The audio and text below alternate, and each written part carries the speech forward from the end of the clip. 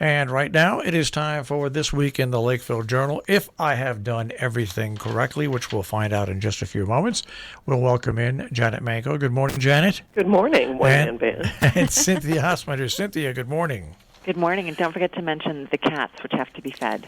Not only fed, but last night, I do a lot of work, and you folks must do this too at home on our computers, and I could get through to the station this morning, but I couldn't get through to all the audio and news files, which I needed to put things together.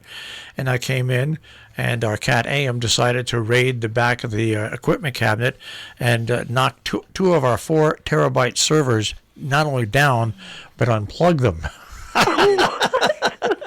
So what you say to Barn is you can't make this bleep up. Anyways, you never know what you're going to find or who's going to be responsible for it. After 20 minutes of setting everything up, here we go, we're normal. But anyways, people don't realize that what we do, Janet and Cynthia, the people that work in either broadcasting or the newspaper industry, it's not like it used to be where there were 25 to 30 people that we all have, because of economy, slimmed down staffs, and we all do so much more than what is apparent to people. So it's so true, and you're extraordinary. Of course, radio is different, but it's extraordinary how small staff you have. Very talented, though. Yeah, it was the same thing at the Journal, and that's why when people say, "Well, why you ask for money?" This is why we ask for money, because we need money to operate and do things. We can't cut anymore. We are where we are. That's right. All right, let's go right to the page, and I am going to bypass everything else for the word Cowabunga. I'm not so sure how many people nowadays understand what Cowabunga means, but that picture is as good a definition as anything. I asked my 27-year-old daughter if she knew what it meant. She said, well, yeah, when you jump in the water. But I think of it as a surfing term. And, of course, I learned it from the Peanuts cartoons from Snoopy saying Cowabunga when he went surfing. But, it is one of those California 60s expressions, but it really is about being in the water with your feet. Wonderful photo from Caroline Birchfield of students from the Hotchkiss School who were able to jump into the lake, raise funds for the Jane Lloyd Fund, which they were not, of course, able to do last year. And as you know, all of you all, there are many years when the spring splash is held, and they have to take firefighting equipment to use a giant saw and cut through the ice for people to be able to get in and wear special gear. So nice that the water's melted and that they could go in, and but still for the young heart and the young at heart. It's been a pretty busy time for the Region 1 Board of Education. They always, for people, and unfortunately most people don't go to these meetings. Hopefully they watch them. A lot of diverse things happened, like they had the budget meeting where they're going to move the budget forward to a vote. Kevin Baldwin was named the new director of the Housatonic Musical Theater Society.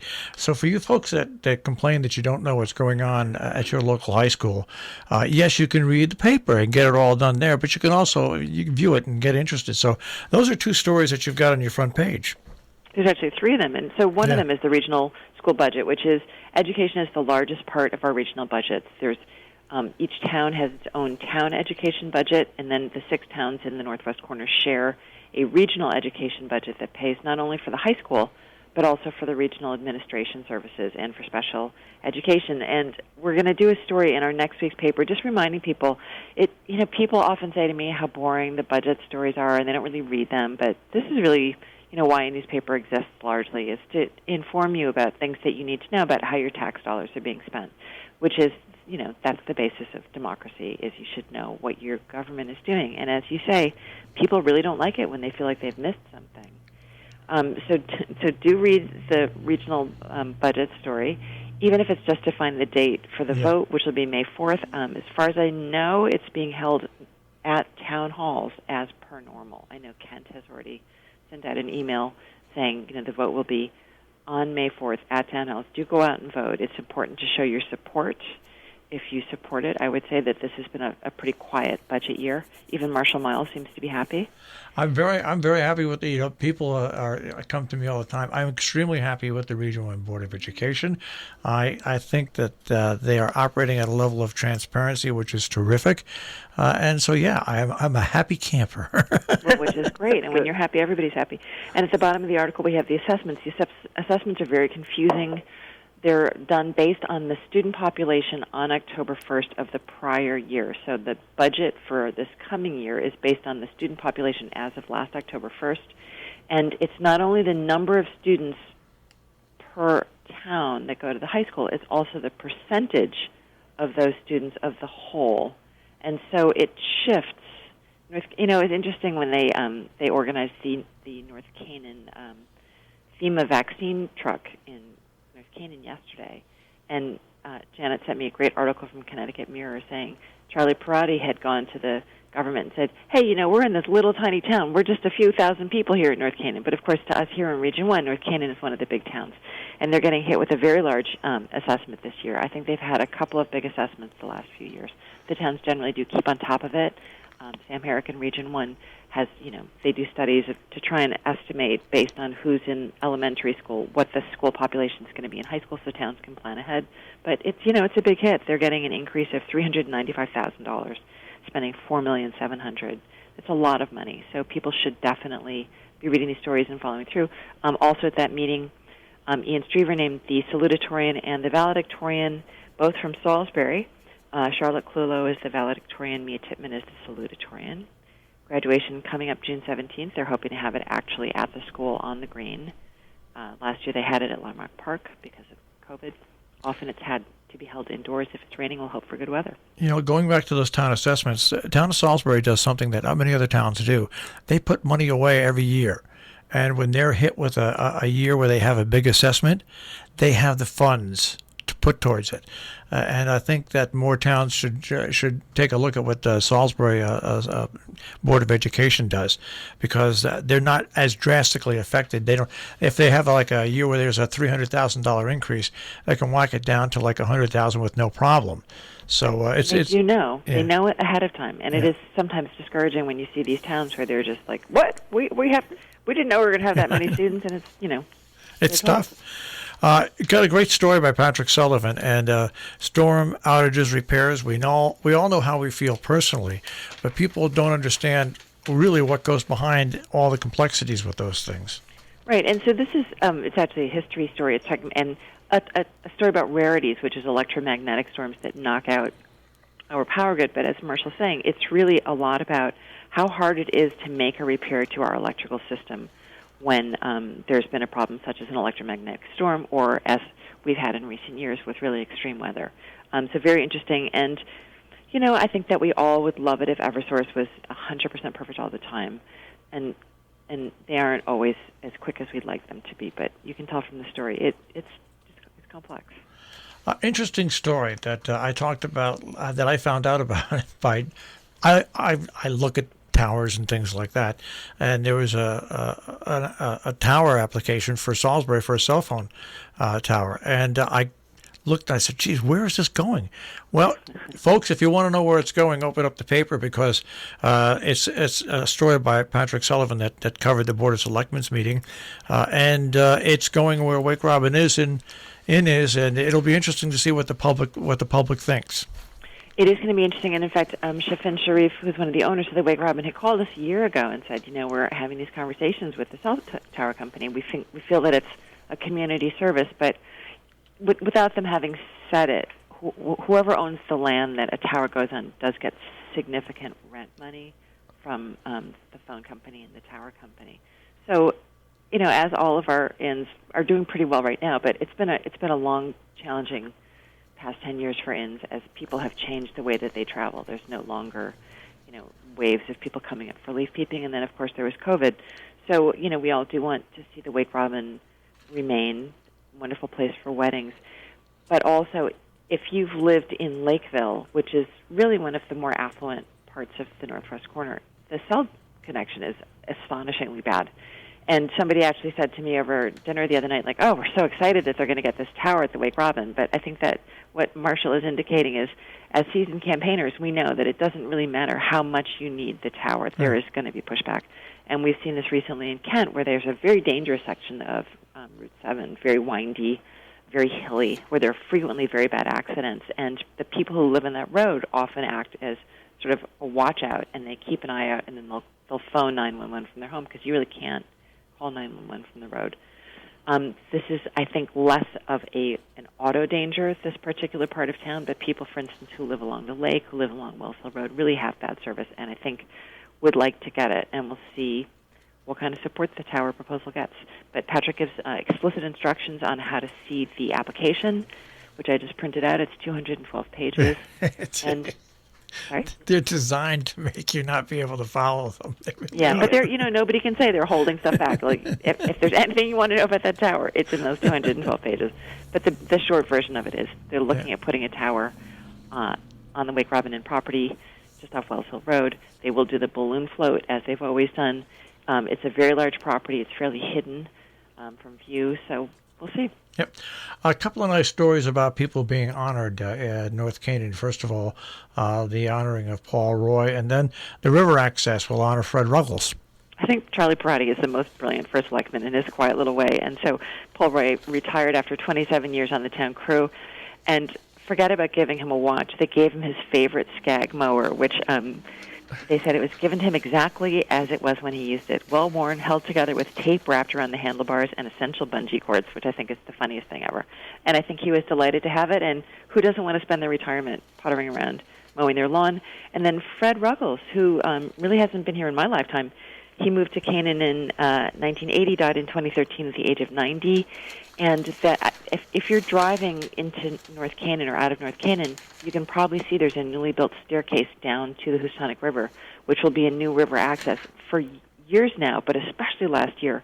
Really a big struggle in many towns with safe access to the river for people who come up from the city and want to splash around and cool off. There's been some very dangerous situations where they like to go down by the waterfalls. We'll hope that they will choose not to do that in favor of going to this spot where there will be parking, there will be bathrooms, there will be garbage cans, and safe access. But they're naming it in honor of Fred Ruggles, who was a hydrologist and very active community participant in Canada. All right, and you've got a small little story, but it's important, and that is if people in Sharon want to follow the budget process, you've got a story on page A5 that talks about the Board of Finance, the meetings they'll have, and that there will be a public vote at a town meeting on the budget and more, because we all have to start to come out of this pandemic that we've been in, where people are used to not going to meetings. Well, not used to it. They never went to meetings a lot before, but still it's even worse now. So it might be interesting to see if people who started going to meetings on Zoom kind of thought, oh, yeah, actually, there's stuff I need to know. I should at least tune in. Because, of course, Robin, you guys have the recordings on YouTube, or is it YouTube or Vimeo? We have Vimeo. We have them up on Vimeo. But yeah, I think that I think these are all here to stay. I think you'll be able to go eventually and be there live, and also watch it on computer as well, which will be a benefit for everybody, hopefully. Yeah. So we will have a listing in next week's paper as much as possible of what the schedule is for all the 6 towns for their budget. Yeah. And an obituary for Diane Hewitt, a great loss, although I think she'd been ailing for quite some time. But really an extraordinary person, and they don't make them like that anymore, literally. No, and you know what I also noticed in your obituary is a good friend and a dedicated public servant who did a lot over the New York State line. Jim O'Malley passed away. I worked with Jim and his Lions Club work and what he did throughout the town there for many, many, many, many years. He became a very good friend of mine. So Jim passed away also. So I just wanted to thank him and his family for the work that he did for our area when he was with the Lions Club. I want to go on before we go to Compass. There's a lot to talk about on the editorial and opinion pages. Janet, you have the editorial, one of the good changes in the area.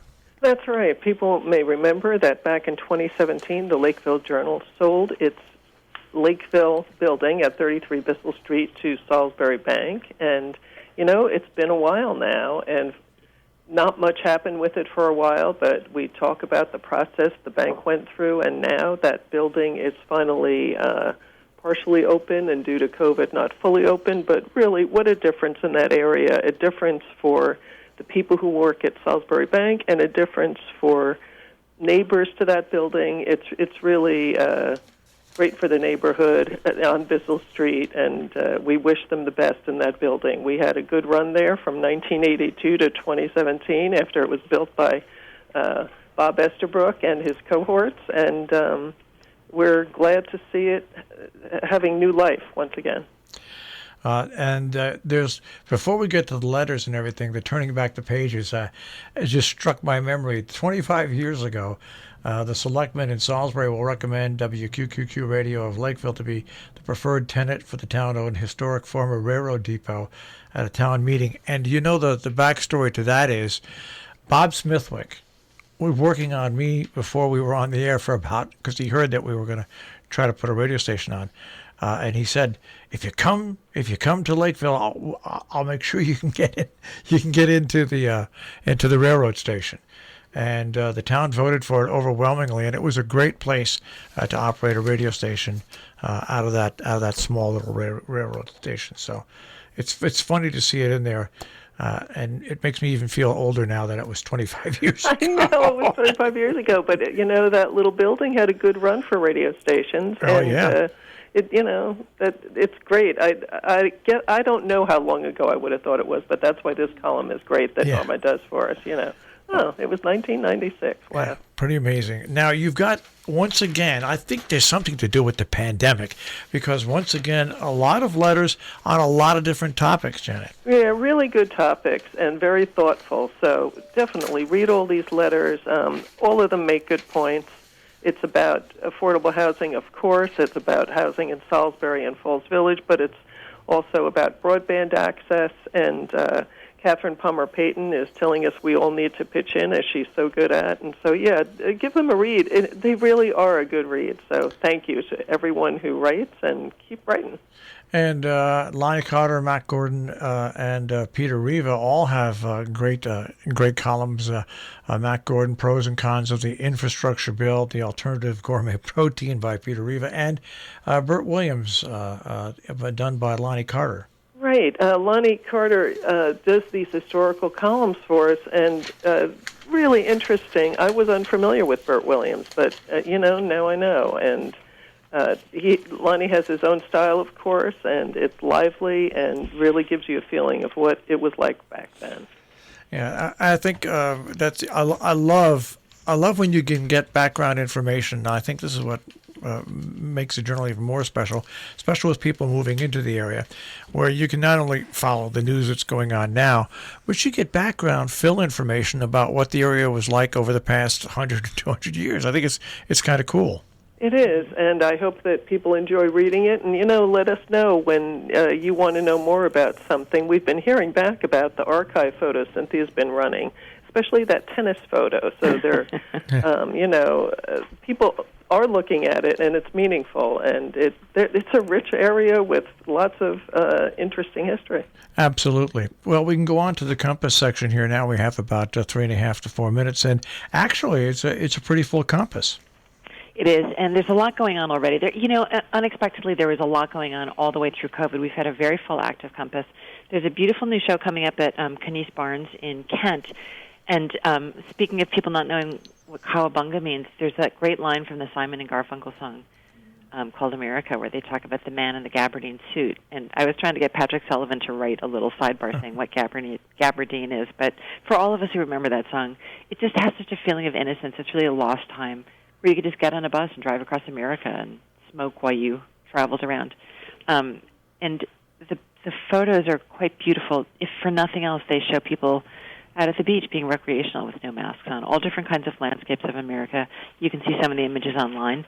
It's National Poetry Month, and we are lucky to have some really savvy, smart people who love poetry up here. Helen Klein Ross is one of them. Interesting background, had worked in advertising, and then began writing novels, but also has recently done a book of poetry. And so she talked about the creation of her Traveler's Vademecum, a collection of poetry based on little short summaries of telegraph things that could be sent out. Scott Hath, who is so beloved around here, is doing an afternoon of American Songbook Jazz coming up April 25th online. There's going to be a concert to support area musicians. Not easy to be a musician ever, but certainly not now. Mark Scarborough who teaches all these wonderful classes about literature and poetry. Right now is doing a series of classes on Emily Dickinson. So he wrote not only he chose a really interesting poem by her, but explains it in a way that makes you think like, oh, poetry. Poetry is really great. Completely the opposite end from Emily Dickinson is Patrick Sullivan writing about American police procedurals on TV, on streaming. A lot of people have been sharing their favorite streams with us. I think that anybody who watches TV has a strong, interesting opinion on it. Patrick, of course, is a great reader and sort of a student of American police procedurals, so his is very interesting. And then we'll just try and mention when there are new books out by authors in the area. One of them is Lori Lyle from Sharon, a really super cute cover of old photos of her back in the day, but really a book about her life and her development as a writer from a young woman up to the present. You know, it's interesting when I was looking at Patrick Sullivan's article because due to the pandemic, I watch a lot of streaming events on my TV. And one of those, there's a show called The Closer, which starred Kira Sidgwick, of course. Oh, right. And that ran for 7 seasons. And when she decided to leave the show, they kept it going, and they retitled it. But it ran a total of 16 seasons. And you're right. It's a great article because people are drawn to these Law and Order shows, and I'm not talking about the hardcore ones, but the actual ones that are more like movie productions. Which you can't get through a day without an NCIS. It's come a long way since Dragnet, I guess, is what, and Dick Tracy. What remember Adam 12? Yeah. Oh, I love Adam 12. What Adam 12? But Patrick talks about Dragnet, and unexpectedly, Patrick, who's so interested in clothing and menswear, says he really feels that Jack Webb and Dragnet is very well dressed, and he talks very specifically about the little way his button-down collar pops. So you can find that embedded in that story as well. It's a great story. Well, and listen, I want to mention our spring cleanup banner because once the snow is passed and it starts to dry out, time to get out there, new projects, lots of opportunity in this area to get help with your spring project. And speaking about spring cleanup, let's see, Sharon has theirs this Saturday, weather permitting. If not, it'll be Sunday. I think there's one in Millerton and Armenia coming up in a couple of weeks, and Canaan had theirs last week. Hopefully this predicted snow, which I don't think we're going to get, but hopefully we don't get this predicted snow, and we can all keep cleaning up and prepare for springtime. Even if we get a little, it'll melt quick and onward. Not quick enough for me. Okay. All right, those are just some of the stories that are in this week's Lakeville Journal. Don't forget their companion paper, the Millerton News. You can find them online, tricornernews.com. Guys, we'll speak to you next week. Thank you so much. Take care. That is This Week in the Lakeville Journal. tricornernews.com on the web, and you can find this show on our on-demand page, robinhoodradio.com. Click on demand, click on This Week in the Lakeville Journal, and you can listen to the show in case you missed any portion of it.